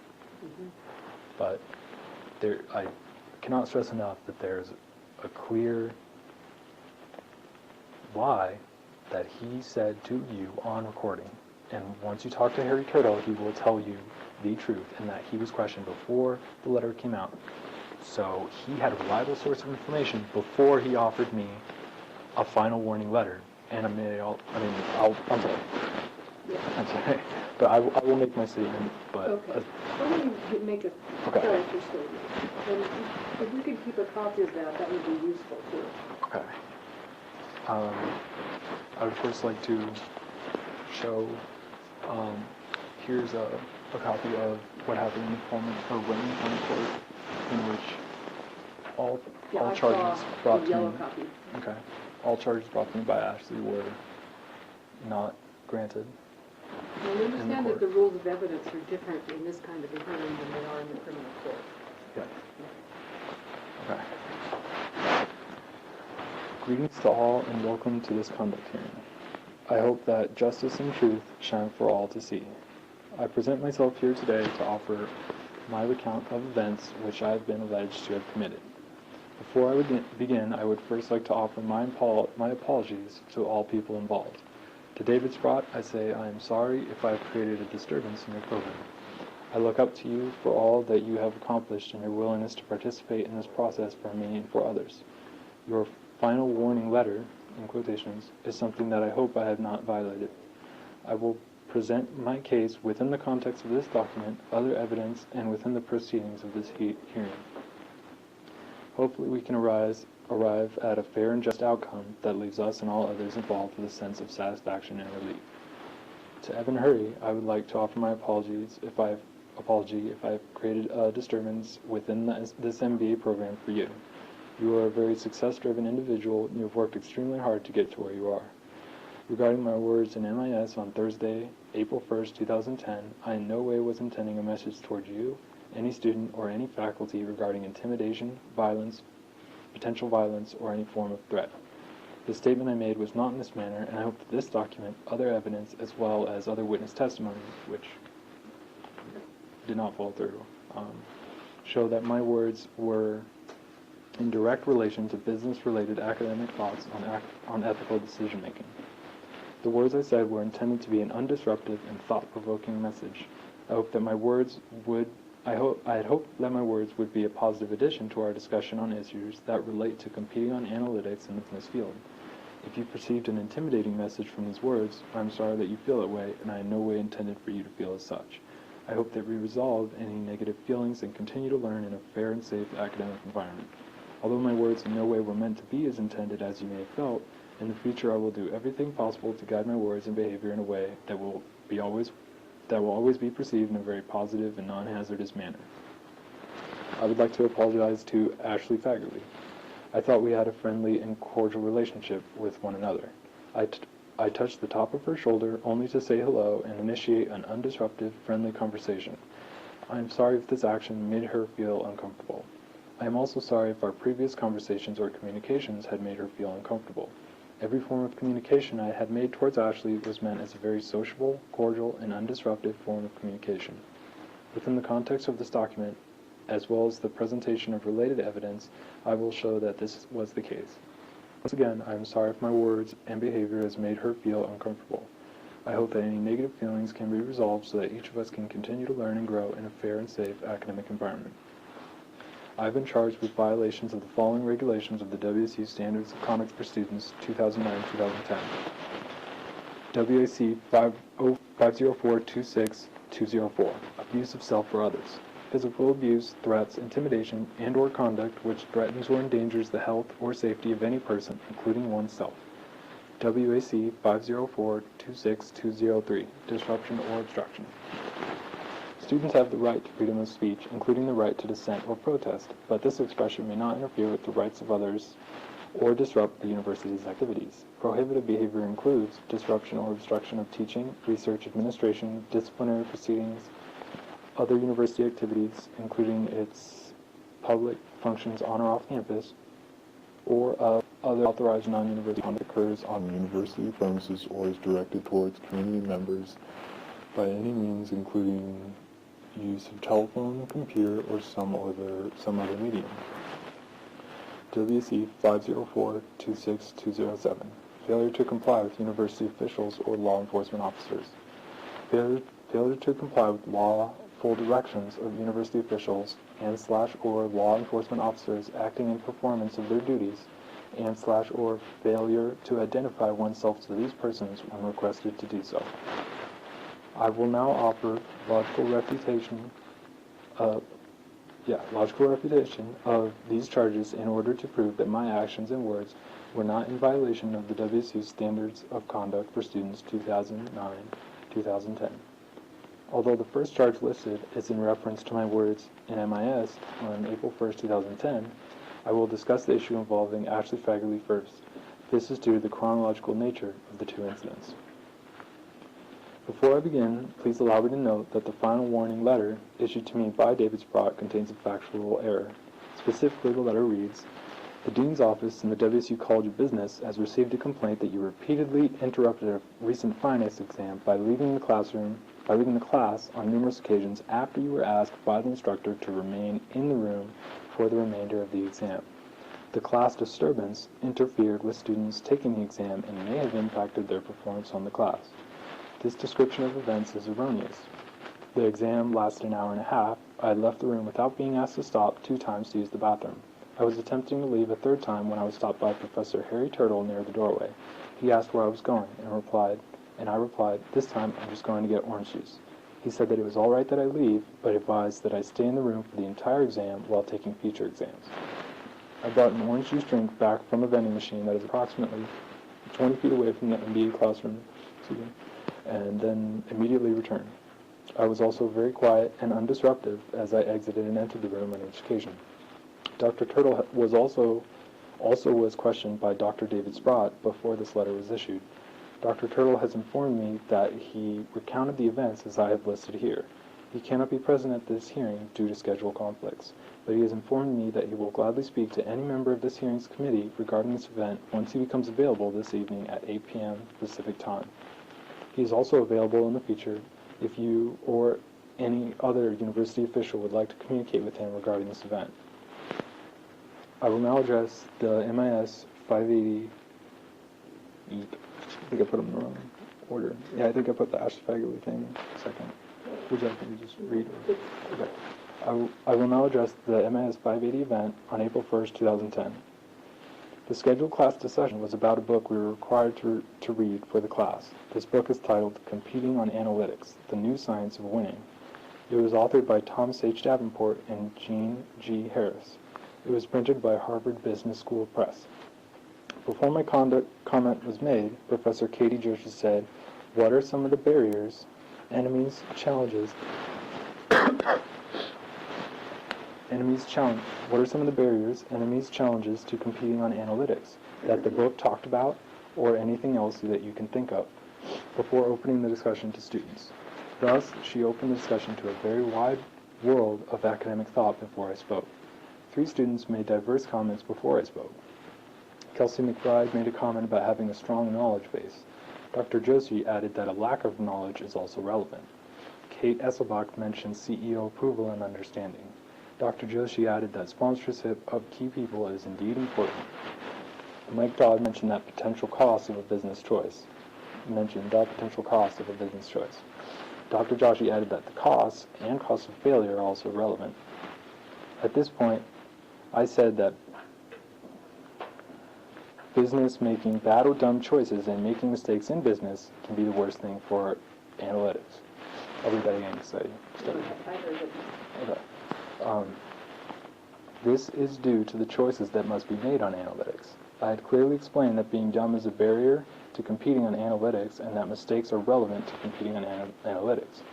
I mentioned that it is like a person killing someone only because they thought they'd get away with it, and that it is still highly unethical and that they should not have done that regardless of how they thought of the situation. I made clear reference to business terms and ideas, while also clearly pointing out that this action is highly unethical and must never occur. I completely thought for the moral and ethical side of this example. I also did not reference, mention, point, or insinuate any student or faculty member during this comment. I looked to my left side one time, but only because I heard a group of students laughing at me. Then I looked away. I then looked away. I will now present an audio recording of this lecture. Would you like to hear it? Yes. Okay. I should mention that ethical decision-making in business is highly relevant. Ethical aspects to business has been mentioned in assignments of this class and in lectures. Also, this was the case in other classes. I thought it was a very relevant academic thought with a deep level of meaning. Analytics will only offer statistics, such as noticing a high blood alcohol level in people who gamble freely. The choice of casinos to offer free alcohol is an ethical choice that is highly disputed. This is an example of ethics in business and how companies compete on analytics. The book also mentioned the ethical issues involved with online companies using analytics to learn a great deal about their customers. This comes in the form of cookies and internet viewing history / profiles of users. This is mentioned that it may cross ethical lines of privacy and security. The choice of how businesses use analytics and to what extent is highly important. Ethical decision-making is very crucial to this topic. I was merely attempting to offer a good academic thought. I spoke of one, quote, unquote, killing someone, quote, unquote. No specific person was referenced or thought of or suggested. I did not look at other students as I spoke in an unusual way. I only turned to my side to look as I heard a group of students laughing. I then looked away and continued to speak. I used the example as a metaphor while communicating a much broader idea that directly related to the class discussion in our current topic. I used specific business terms while speaking, such as knowledge, intelligence, firm, data mines, and customers. Ethical decision-making is a relevant topic in every MBA course of our program, including this class. There was nothing out of the ordinary about me saying this. Where business and ethics intertwine is an extremely relevant frame of thought, which was what I was thinking of. The book which we were scheduled to discuss for that day made specific references to ethics in multiple sections of the book. A common conversational statement referencing, quote, a perfect crime, or, quote, getting away with murder, as a colloquial expression used to convey a meaning unrelated to anything gruesome or unsettling is extremely common in society. It was not odd that I used my example. The teacher specifically said, what are some of the barriers, enemies, challenges to competing on analytics that the book talked about or anything else you can think of, end quote, before opening the discussion to students. Thus, she opened the discussion to a very wide world of academic thought before I spoke. The most recent assignment, other than this textbook, made clear reference to ethics. The most recent assignments from our other class for this same day made clear reference to ethics. The topic of one of the assigned readings had ethics in the title for the class later that day. We also have a current assignment in our finance class regarding ethics. It is about whether the overall goal in business is shareholder wealth maximization or corporate social responsibility. The ethical lines of business are highly relevant and taught and discussed in every class of our program. This topic is a common component of every MBA program in the United States of America. The teacher only attempted to interrupt me a few times, but I believe that I had the right to speak.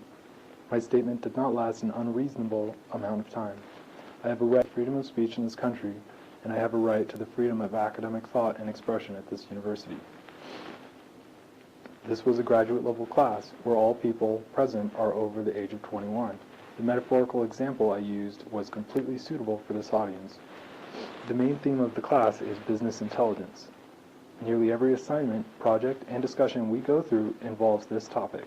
Wikipedia defines this term, business intelligence, as the skills, processes, technologies, applications, and practices used to support decision-making.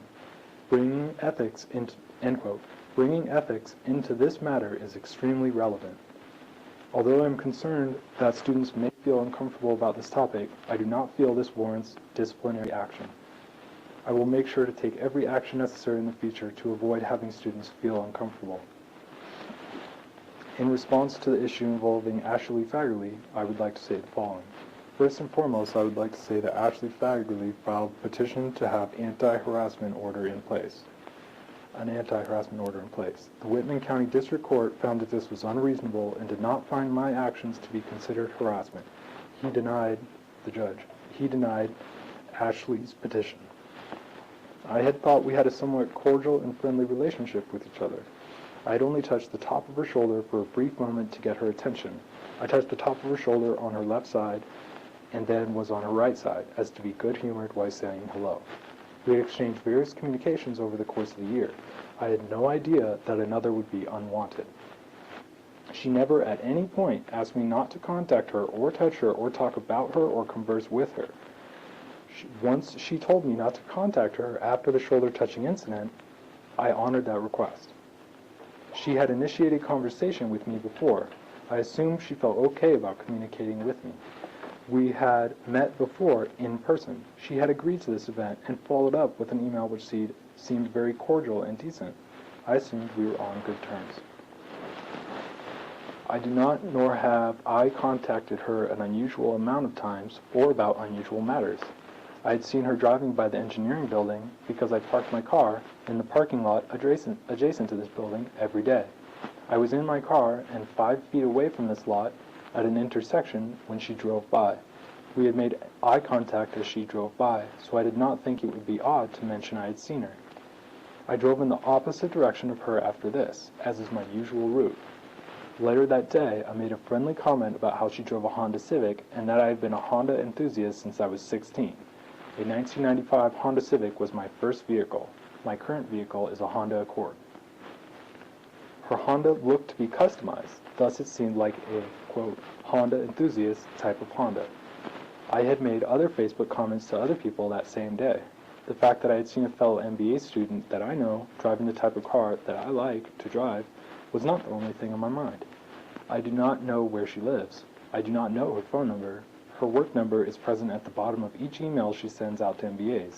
I had called her work number once from my work number on a work-related issue concerning an interview for an upcoming newsletter. We decided not to follow through with any interview due to schedule conflicts. I then selected another student for the story. The only things about her that I do know are standard normal things for an individual to know about an acquaintance, such as degree program, a car she drives, and the building where she works. Being a part of a small master's program at a university with classes day-to-day in the same room, the same advisors, the same deans, the same administrators, similar on-campus jobs, a shared study center, and a shared 3 to 4 hour weekly lecture class can provide that type of information about nearly all people in the program, whether or not one was seeking to find that information. Those type of facts are simple things anyone will notice about any acquaintance regardless. They are incidental observations. I stated here I will not offer evidence by showing all documentation of contacts with Ashley. I will clearly explain every aspect of this and explain the meaning. I meant I will now offer evidence by showing all documentation of contacts with Ashley. I will clearly explain every aspect of this and explain the meaning. I will show you that every aspect of this was unethical. Okay, definitely didn't mean that. Right. I'm sorry. I had the conduct hearing, not the conduct hearing, I had the court hearing with Ashley at 3 o'clock today. And this was a relatively short notice, and I wanted to kind of get it, was ethical, was probably right. And I will We've seen not. a lot of your communications I will with mark it Ashley. And sign They're it. in this file, right? I think the most recent information is in the Honda. I think we have a pretty good picture that Ashley never told you that you were making her uncomfortable until this one touching incident. Is that correct? Yes. So from your point of view, there's no way you could have known about this, About her. about her feelings towards you, if indeed that's what her feelings were, right? Yes, ma'am. Okay.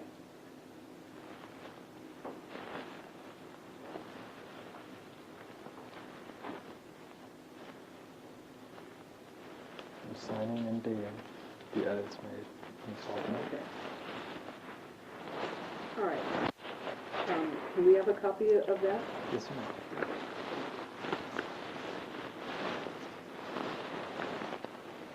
Was this your attorney helped you? No, No, you I did wrote this it. yourself? I consulted with him on some of the ideas, but I wrote it myself. Okay. All right. I think we got the whole picture. What I'd like to do is take a 5-minute break, because what we have left is closing statements. So maybe what you should focus on, I'm not sure what sanction Mr. Wethridge is going to recommend. Are we permitted to know? Right now, Yeah. I'm not certain this merits anything more than a suspension. Okay. So what you need to focus on is, besides what's in these folders, what about you should we know before we make our decision? So we've got a really good, I think, handle on what events transpired, but we don't really know much about you and whether or not a suspension would be useful. Okay? Okay. All right, so let's take 5 minutes and, okay, what time is it? It's 12 minutes to 8. We're going off the record. I have trouble with, we need to You can analog. use the bathroom, 2 o'clock. open the front door. Right. No, sir. So how long did I say? You said 5. 5? 10? Make it 10 minutes. Yeah, because when I went to go to that one, I had to go all the way down to the first floor. Because they had little signs on them. Oh, yeah, they were good. Yeah. So do you need to walk around or get something to drink? Would you like a soda? Nothing.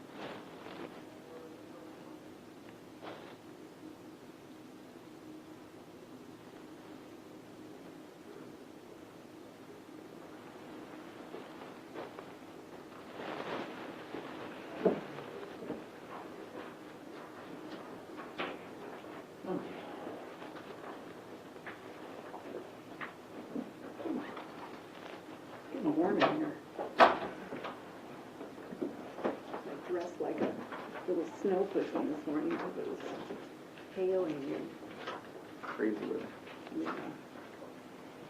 yeah. Ooh. Okay. You're in charge. He's in the communications school, so he's in charge of the paper call. Okay, it's 2 minutes to 8, and I'll turn to Mr. Wethridge.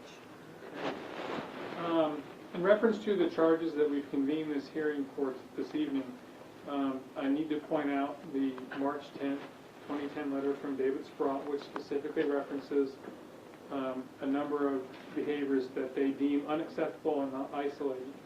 The letter was sent to David Brown, and he acknowledges having received it.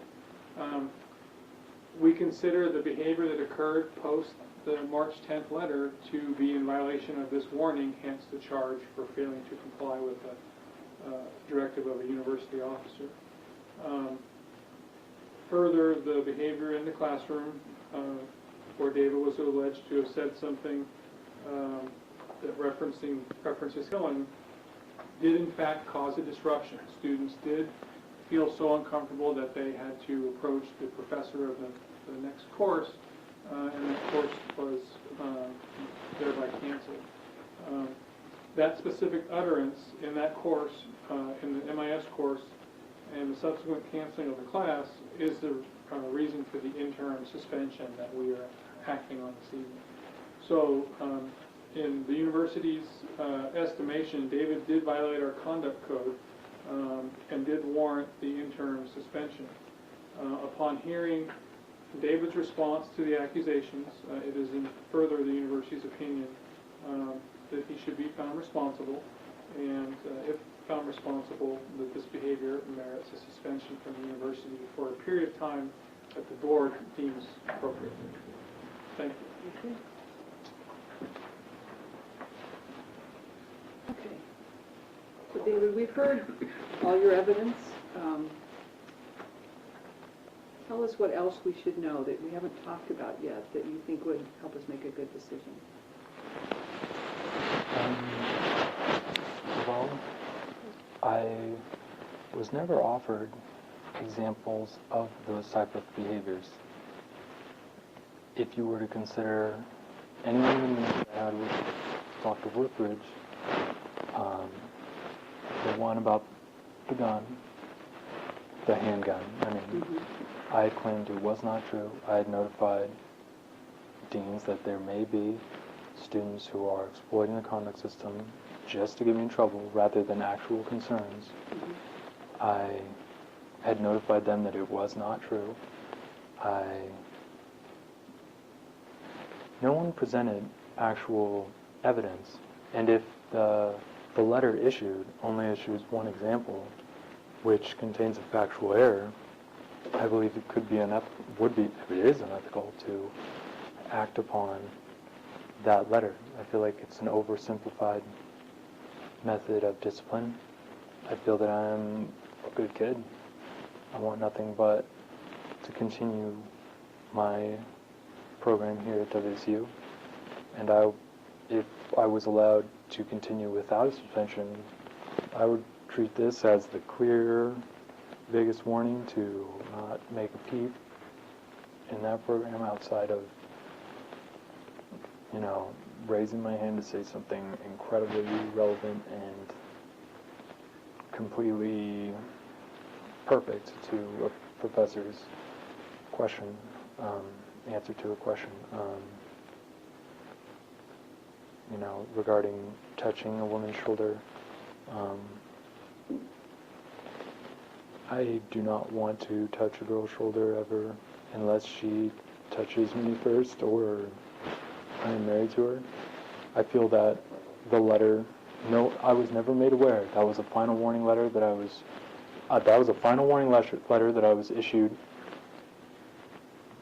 directly with no other documented warning before.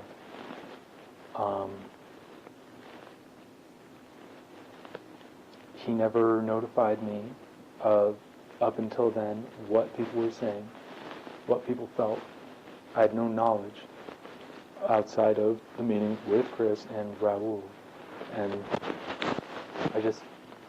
I can't stress enough that I simply feel it would be an unjust form of action to ask me to leave the university based on what has happened over the course of this semester and the past semester. I beg for a second chance. No professors had come forward, even though these were technically all events that I believe occurred in classes. It was only kids. As I had I had said specifically, I think that the validity should be examined. The validity was not examined. And I believe it would be unjust to act upon those accusations from kids with no actual evidence or professors coming forward about those things. Or, without notifying me. It says you're supposed to notify students of how they make you feel, if you feel uncomfortable. Ashley notified me, I'll stop. I got the letter from David Sprott.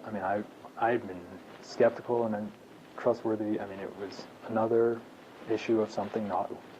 And this is the only documented one in which the only example is false, and we can prove that.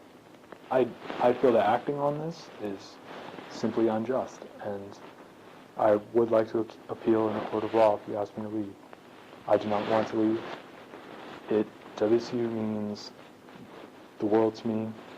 My dad went here, my brother went here, I went here for undergrad. I want to earn my MBA from here, and I will do anything to remain in the program and not violate any rule ever in the future.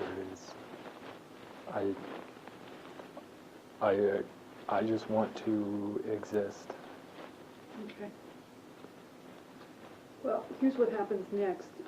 We'll adjourn this portion of the hearing, and Dean Luthridge will leave, and you will leave, and the conduct board will be here to try to come to a decision tonight on the charges. As chair of the conduct board, it's my responsibility to send you a letter. I want to make sure that we have your right address telling you the outcome of the hearing. If you're not, 345 Northwest Parr Street? Yes, ma'am. Okay. If you're not satisfied with the outcome of the hearing, it will also explain the appeals process in the letter. Okay? So by rule, I'm supposed to have that letter to you within 10 business days. I'll try to get it done over the weekend, so it goes out to you on Monday. Okay? Thank you very much for your participating in this hearing. Thank you. Appreciate it. So it's now 8:05 and this conduct board is adjourned.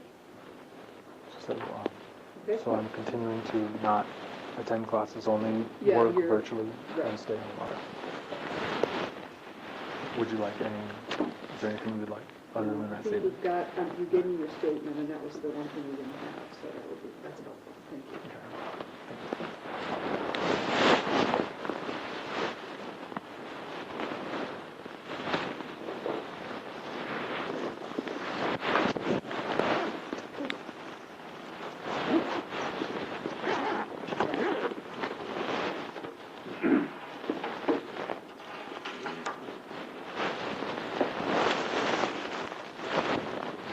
Computer, you need it scratched because it's so tiny, or does it stay in good shape?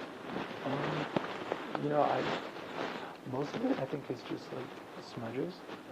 But I mean, so it doesn't get scratched easily. Yeah. It's I was worried about that too when I bought it, and I was like super careful. Yeah. But like over the course of the semester, I've I know had it's things hard touch to it. just stay and careful. it was or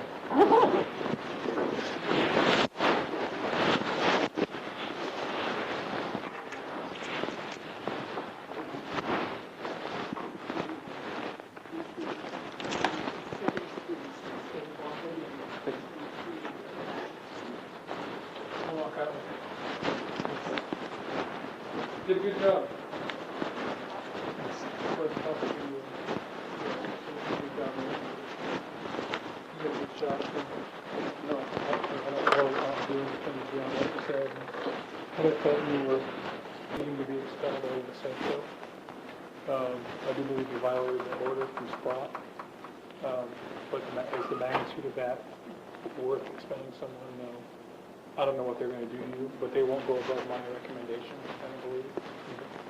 And I have no control over that, but typically when I say expel someone, if they find a person responsible, they expel. I don't want to get your hopes up, but I think you did a great job, and I think you provided good information and good rational information for them to consider. So keep doing what you're doing online, virtual, so forth, and then if the order is, if you're not suspended, then you can return. Okay, so hang in there. Okay, you did a great job. Try to get some sleep.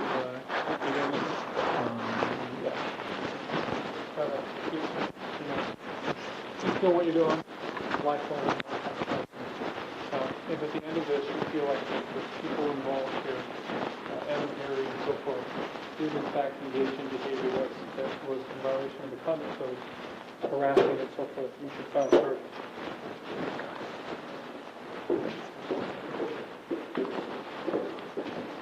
You have a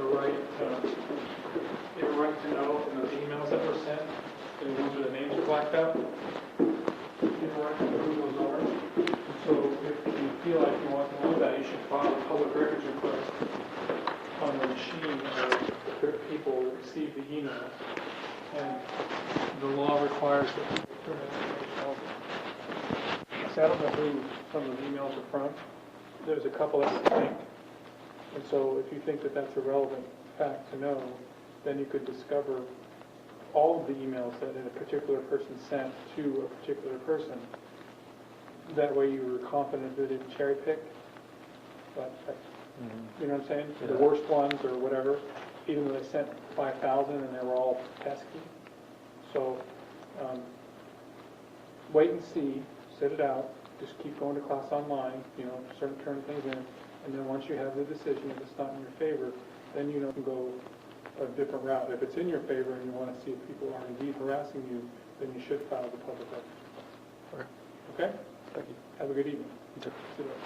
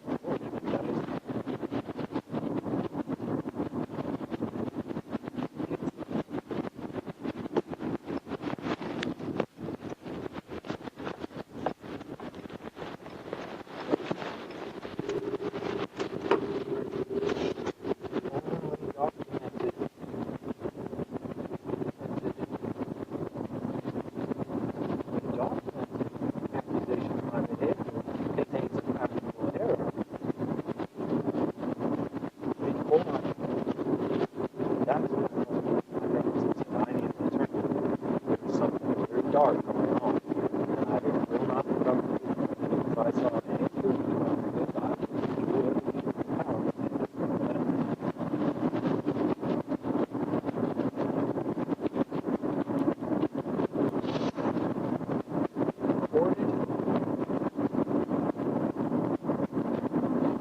Specifically, that he told the deans the truth, my account of the events, but could not be present. Specifically said,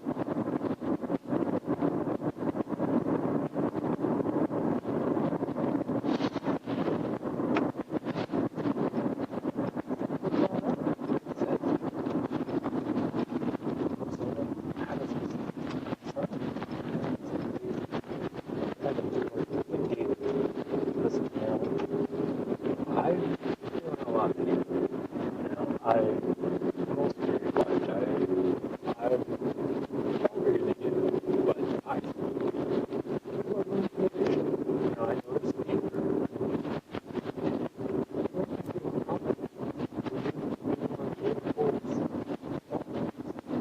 no one said anything where it says within the context of this document that anything which is not technically legal or in violation of this document, any behavior that shows basic behavior which makes you feel uncomfortable, you also report it to that person, not the final warning letter.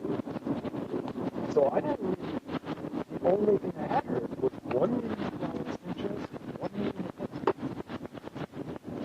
And it's hard for it to be absolutely that is not true. And I brought to the attention the documentations said in trouble. Those actual evidence. And if the only documentation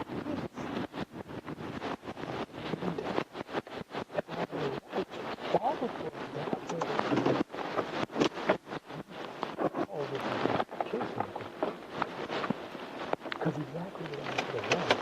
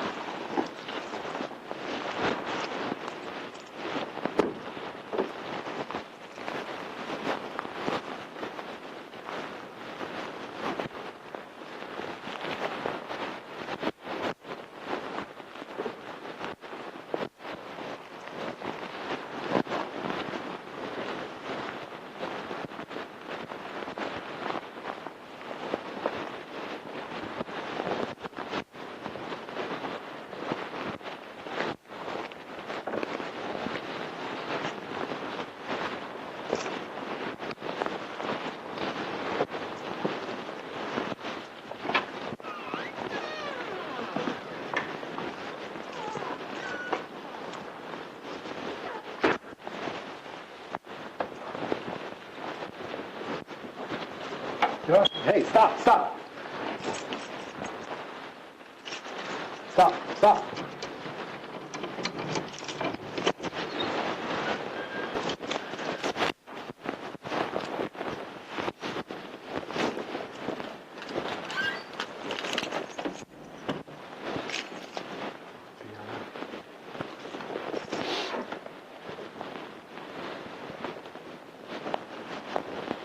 Socratic method.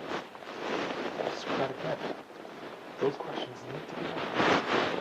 See the thing. It's the Socratic method. I just wanted to.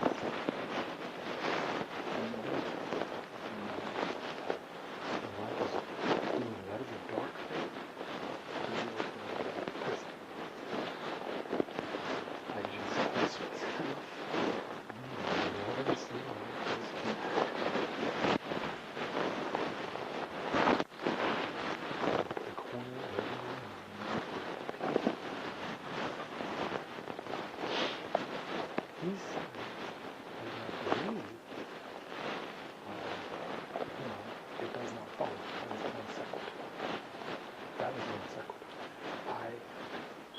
students report.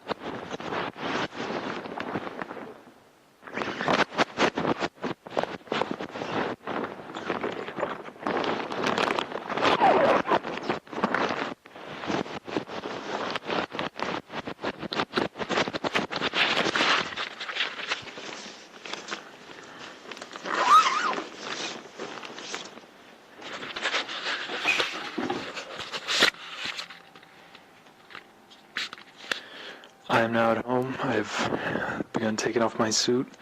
It is April 8th at 8:30. I've just finished the conduct hearing. Chris Ruthridge had advised that I be suspended. The Student Conduct Board said that they will deliberate and come up with a decision by Monday. I hope that this decision does not hold true. Thank you. Bye.